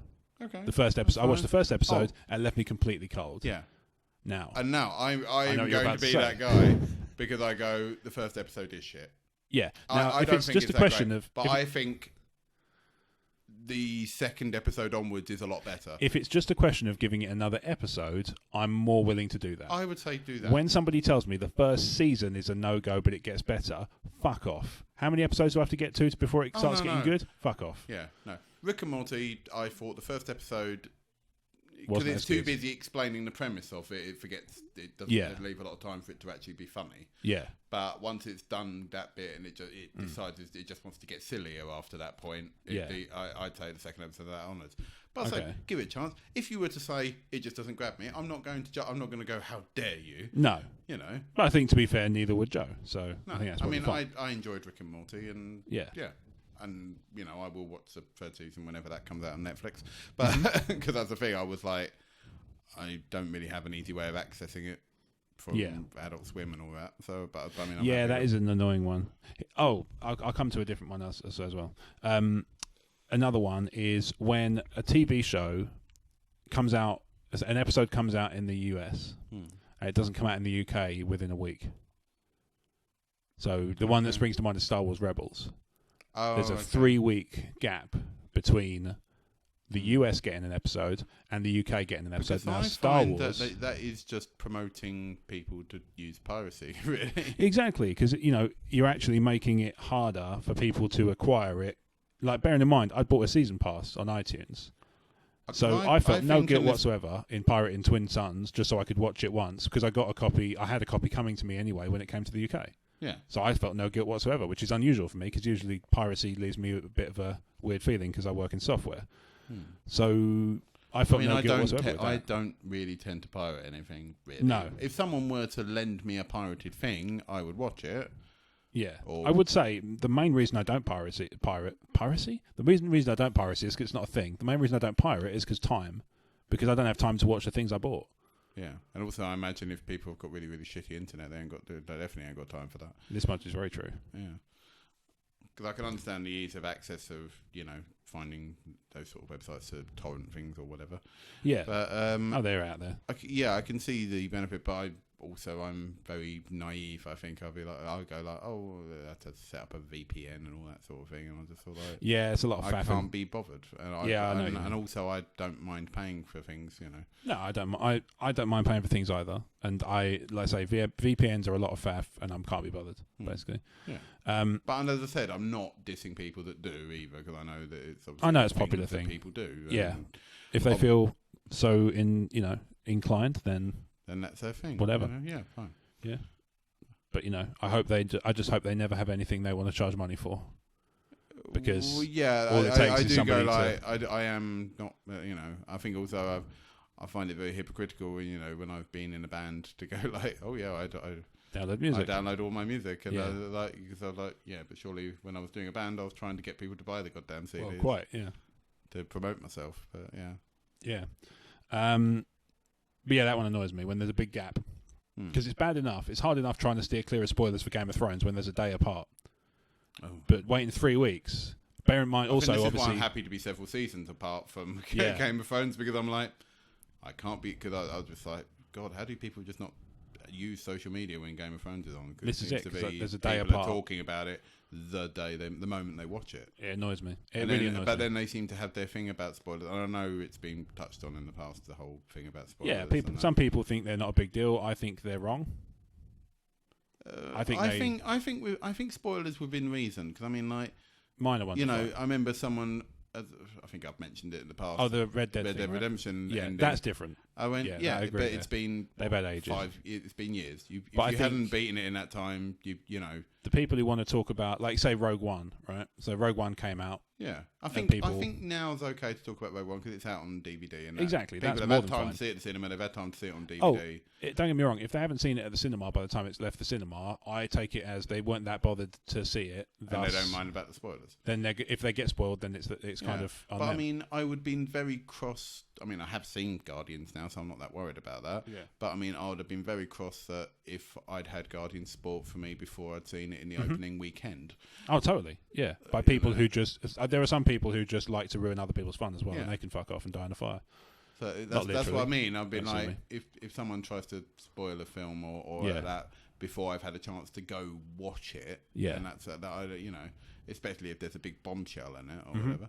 And also if it's like, because I mean, I even like, because I say I don't watch an awful lot of telly. I find myself normally drifting towards things like Amazon and Netflix and that. And, fair enough. Or YouTube. Or that's all I do. YouTube, Amazon, and Netflix, and pretty much. That's like pretty much digital purchases on Apple TV. Yeah, that sort of thing. That's pretty much all purchasing I watch. Services are available recently. But I also find, But I see people at work talking about, did you watch this show last night, or did you watch that show last night? And I'm like, I just go, no, sorry, I don't really watch a lot of telly. Yeah. Is it good though? I will. Not really. My prawns went off. But I will see some people. They'll mention, did you see this last night? Yeah. And they'll go, I've got it on catch up. Don't you dare. Yeah. And I'm sitting there going like, whoa. Damn, and that is that sort of spoiler culture has got to a point that it's so bad now that just not seeing it the day it airs is not enough. Yeah, and I think that's why I'm sort of like, I'm happy to just watch this, ignore what everyone's talking about. I mean, I know loosely what happens in Game of Thrones without really watching it, just by absorbing it through pop culture. Yeah. And I mean, and I will watch it because, as I said, I watched the first episode, really liked it. no reason of its own, I went, I'll come back to it later, and I just never did. Same with Walking Dead for me. I've only got to series. Boardwalk Empire was another one. I watched the pilot, really liked that. Oh, okay. And then I went, I'll watch the rest of that later. I watched that, and I really want Steve Buscemi to be reprising his character from 30 Rock, where he's just like a bumbling private detective. How do you do, fellow kids? Anyway, so Joe put another one in which I liked. People that won't try a food, as in not just like try it and don't like it. That's fair enough. That's a bit. That's just I subjective. come from the school of trying something. Refusing to try it. Yeah, I kind of get that. I mean, if you've tried something similar and you know you're not going to like it, yeah, I would say that's justifiable. Like but then because you do get those people that go, well, no, you might like it this time. Yeah, you'll take it. That's it. I'll say I don't like something, and then I'll say, oh, that was a while ago. Your taste buds might have changed. And I was like, not that drastically. Yeah, not that drastically. If I didn't like it last week, or like, last year, it's unlikely I'm going to like that. I mean, I've never personally really. I know apparently that is an age thing, but I've never personally got on with red wine. I think it takes longer than a year for you to taste buds to change that drastically. But I mean, I've tried red wine a few times and I still can't. Yeah, I've never got on with it. I've also never really got on with tea or coffee, and I've tried that a few times. Fair enough. But at the same time, if someone was like, "I can't believe you don't like it," and was like, "Look, I'm not going to like it," I would fight that to death, and I don't want to make it sound like I'm refusing to try it. Yeah, I have tried it in the past, but I can see if it is something like, oh, I don't like it because I don't like the look of it. Yeah. Then I'm sort of a bit like, okay, looks can be deceiving. Mm-hmm. So I would be a bit like, I'll try it. I mean, I never thought I'd ever try a lot of different fish foods and that, but I mean, I actually quite like squid, for example. I think squid's great. Yeah, calamari. And I never thought when I was younger, I would have thought, oh, I would never have. Yeah, you wouldn't think yourself as a kid just being like, squid is delicious. I think I was just out with my friends at a Chinese restaurant. And they said, "Oh, try this," and I went, "What is it? Squid tentacles?" I went, not sure. Yeah, but because they had like battered ones, I was like, "Oh, it's battered." So I mean, I'll try one. And when I tried it, I was like, "Oh, it's actually nice." Yeah, I love squid. So, yeah, a little bit of squid, a bit of calamari with peppercorns on. That's delicious. Yeah. I mean, I have the. It's not battered, but I mean, I'll have like the squid and ginger from Chinese takeaways. Yeah, nice. That's really nice. Yeah. Omer chipped in. Okay. Fan art of various franchises, but the characters are doing weed, and then he goes on to add weed culture in general, and then goes on to add further, weed is fine. So he doesn't have an issue with the plant. He has an issue with the plants who smoke it. I have. Yeah. I can understand the culture because I think the culture. I think it's because I don't know. It's that assumption that everyone who does weed must be like stupid, laughing at everything sort of thing. To be fair, which I know that when you do weed, you do laugh at everything. But, I wouldn't know, but yeah, I'll take your word for it. That's the general consensus. What I've heard on the streets. You did grow up on the street. Yeah. You grew up on A Street. That's right. On A Street. Yeah. But yeah, I must admit, it is that whole, you go into that shop and everything's got that sort of, the weed signs and the alien with the take us to your dealer. And in fact, the next comment was Brad pointing out that exact T-shirt. It'll be a lot of pictures of Bob Marley and all that, We all know the shops, Yeah. Canterbury has those sort of shops. Mm-hmm. And that sort of thing. And, oh, yes, it does, yeah. It's very, very prevalent there. But, yeah, I don't get that sort of thing. But that said, I'm not... As I said, as what Omer said, I'm not against I'm not against people that actually use it or anything like that. Yeah, exactly. I must admit, I do find it rather annoying when I'm walking to work to get a huge waft of of weed smoke in my face on the way to work. But that is one thing. To actually, happen every day. Yeah, that's one thing I'm not keen on. Is I don't enjoy the smell of. No. I mean, if I'm at a gig or a festival, I sort of accept it as one of those things you're going to smell. Yeah. But when I'm like, I'm walking to work, I'm trying to, wake up, and then I just get a huge waft. Yeah. But that's the thing. I was like, it's 8 o'clock in the morning. How can you be smoking it now? I find the smell of people smoking weed actually nauseating. Yeah. I'd much rather. I'd actually rather breathe cigarette smoke. Yeah. I don't like either one, admittedly. No, but, of the two, it's like a Sophie's choice. It's not a pleasant smell. Yeah. So that's why I'm like. But I'm also like, because it's quite a strong, potent smell. I'm a bit like, it must be. How do you not think people will notice you're having it. Yeah, my dad mentioned one the other day that he found really irritating is the people who vape in their cars. Oh, with the giant amount. It's like having a fucking steam train coming out of the sunroof. He said some of them. Like I'm not really I'm not a vaping person, obviously. No, I mean, well, I don't vape either. I don't really smoke in general. But I mean, likewise. But I understand that some people like these sort of ones that overcharge and. Yeah, I mean, But I mean, I must admit, I wouldn't want to be taking one of those things while driving, or because you won't be able to fucking see where you're going once you blow out, Yeah, I know we don't get political very often on this, but would you legalise weed? That's not really a political discussion. Well, not being an avid user of it, it's not like I'm like, oh yeah, I could do all this if it was legal. Yeah, sure. We could sell it, I guess, legally. Well, but I do think in some regards, obviously there are bad parts to it and there are good parts, but I do agree that I don't think it's as bad in relation to other drugs. I don't think it's much worse than, say, alcohol or cigarettes. I was just curious because it's a bit like, because I know they say, if you take lots of weed, you'll get like mental health, like because you'll get like the only thing I've ever noticed about people who do a lot of weed is it seems to dullen their ambition. It does dullens them, yeah. Like it just kind of makes them a bit. Also, you do get people. Apparently, you can get like schizophrenic or paranoid. I've heard this. I don't know how true that is or whatever. But, I have known someone that did get worse than that, and they stopped really? As a result. But and it can happen. But as I said, But I was a bit like, well, that's someone taking it every day for years, Yeah, for sure. And I'm like, that's a bit like someone drinking for years and having liver failure. Sure. That that is a thing that also happens. Yeah. Speaking of illnesses, Joe chipped in again later on in the thread. Okay. People that say, "Oh, you've got diabetes. Did you eat too many sweets?" Get fucked.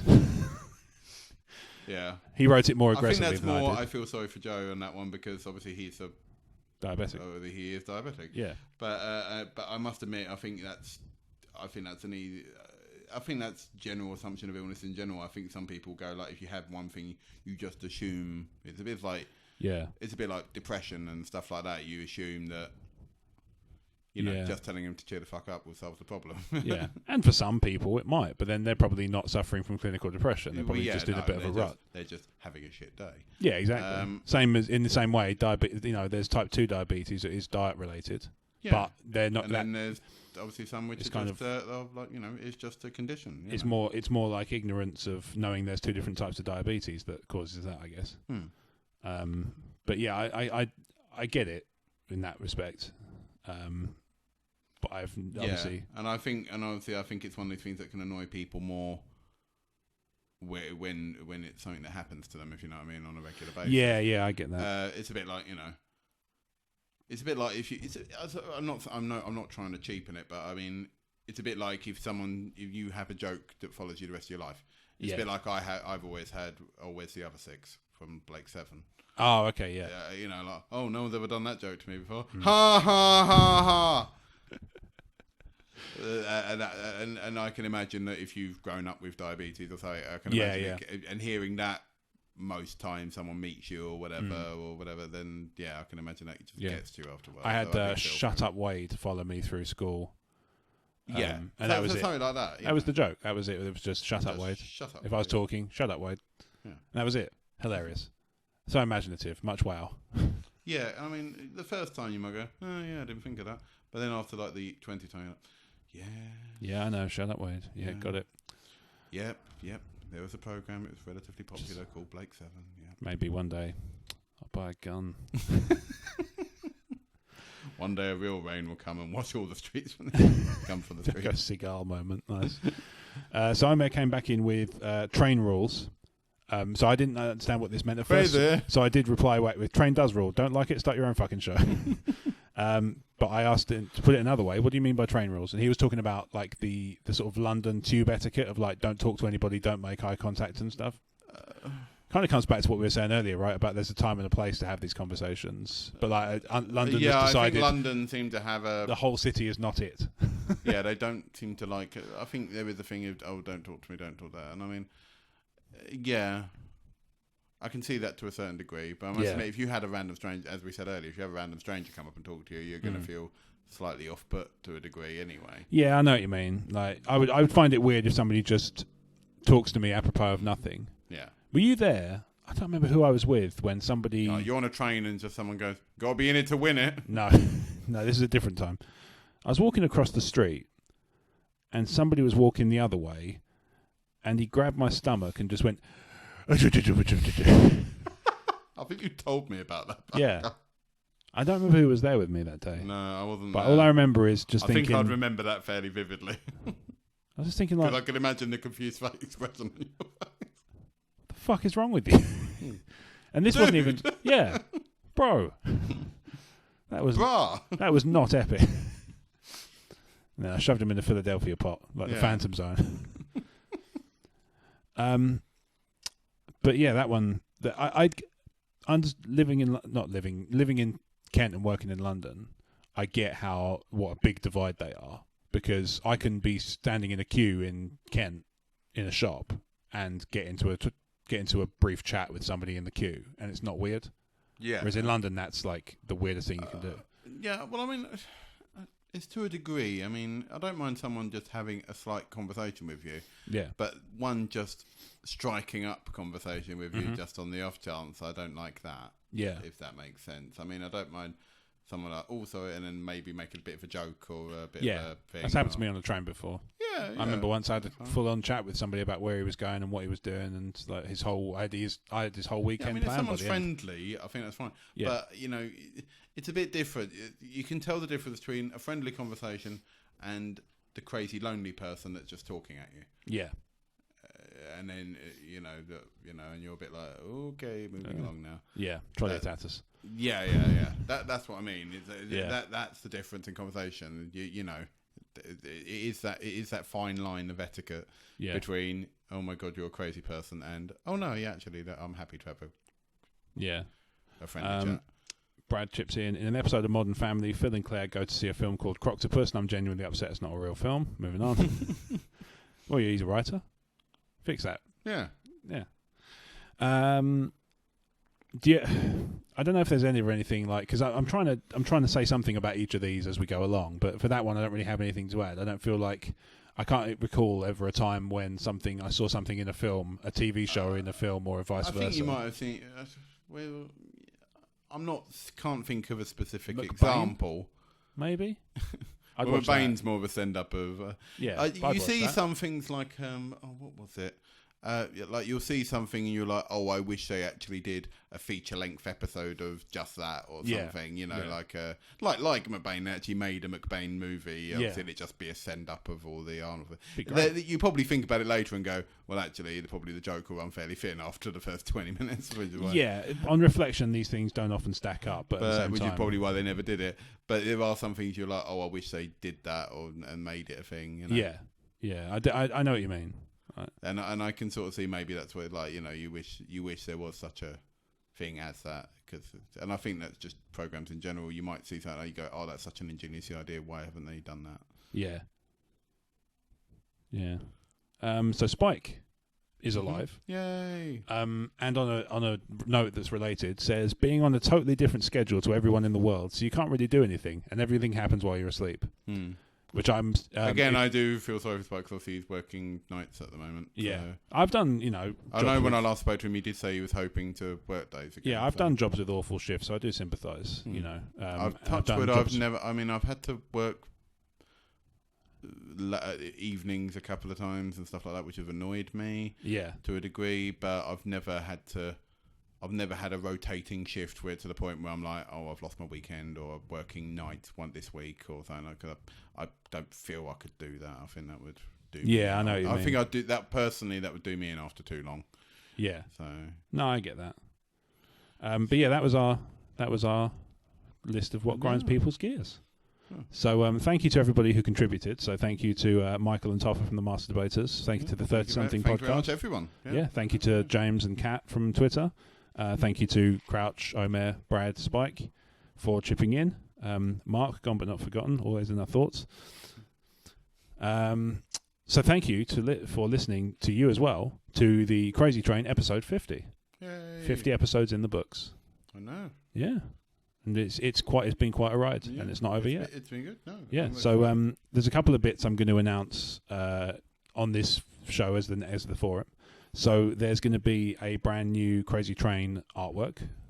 So you've seen it. Yep, I've seen it. Yeah. I've basically shown. I think I've shown most of the cast, most of the sort of cast and recurring guests. Yeah, I know you. I think you showed them because you were like they wanted their checking their input sort of thing. Yeah, exactly. So I've shown the cast, and it will be coming with episode 51. Okay, awesome. So that will be. Look forward to that. I'll look forward coming to that. Between now and episode 51. So when you're hearing this, it'll be sometime between now and when the next episode drops. I will announce it somewhere. So I don't know whether it'll be YouTube or just do it on a blog post or whatever, but I'll put it somewhere. Okay. And people can see it, see it change. Also, I'm working on some bits and pieces around music. I'm not going to go into too much detail about that just yet because there's nothing to show yet. No. But I'm hoping to get something cool sorted out. Obviously, I know we can't give away a lot, but I think it's interesting to be excited about. I think I like to hope. I always feel it's something that this podcast misses a little bit sometimes as well. Yeah, I know what you mean. It's like especially when you listen to other people's podcasts and they have quite a lot of sound effects and tunes and stuff like that. Exactly. It just makes it sound a little bit more. But hey, that's why I do a song every damn episode. Well, quite so, and we've enjoyed a multitude of them. I think they've been on at least 46 or 47 episodes. Majority of them. Vast majority have been with a song. Once or twice you've doubled up, and once or twice you've. I think I've only once doubled up, and that was by mistake. But luckily, that was an episode about callbacks, so I'd like to hope it was that. It worked out all right. That's my way of ironing that one out. If you're going to get it wrong, that's where to do it. Yeah. So So have I got to have another reboot then? No. Oh right. Okay. No. So don't think of episode 51 as a reboot. I was just worried after the last soft reboot. I didn't know. So no, don't think of episode 51 as a reboot. Think of it as just continuing on with a new kind of some new visuals and some new because if you think about like the logo we've got currently is quite an old one. It's been there for quite a while. Yeah. Oh no, I'm happy to continue being a centaur just out of Crehab. It's fine. Okay, that's fine. Yeah, we still need to make some t-shirts around those things. Crehab Centaur. Yeah. # suck a dick, I guess. Stick a spoon up your ass for 50 episodes. Stick 50 spoons up your ass. Yeah. So if you've enjoyed the show, please feel free to like, share, subscribe on whatever service you use to listen to the Crazy Train podcast. You can find us on iTunes, Stitcher, YouTube. We have episodes on YouTube. We also have a YouTube channel, which I'll come to in a second. Where can people find you on social media between shows? You can find me on Facebook. If you can find me, you can have me. I do have a Twitter account on @fucksakeblake. You have to be quick when I post things, though. Yeah, he gets to be very quickly. I suppose I should set up another social media account, really, but at some point I probably will. But I know me as well. Yeah, there's that. So you can find Emotionally 14 on social media. You can find us at Twitter by searching for Emotionally 14, Facebook Emotionally 14, YouTube Emotionally 14. All of these accounts are there. They can be accessed and enjoyed. You can find full episodes of the podcast on YouTube as well as the E14 Toy Box podcast, which is kind of a video podcast, I guess, or like a vlog. And also that we do some gaming videos on there here and there and all sorts of stuff. I do need to seriously get back into them. Yeah. You can find me on Twitter at RobWadeVision. You can also find another project I work very hard on at Talk Star Wars, which is my other sort of venture into the podcasting world, where I have a lot of jolly good fun talking about Star Wars. Yeah. Hence the name. Yeah. Who'da thunk? Who'da thunk indeed. So thank you very much for listening to the Crazy Train podcast, member of the Emotionally 14 podcast family. And if you haven't already, tell somebody else to get on board. Yeah. Choo-choo!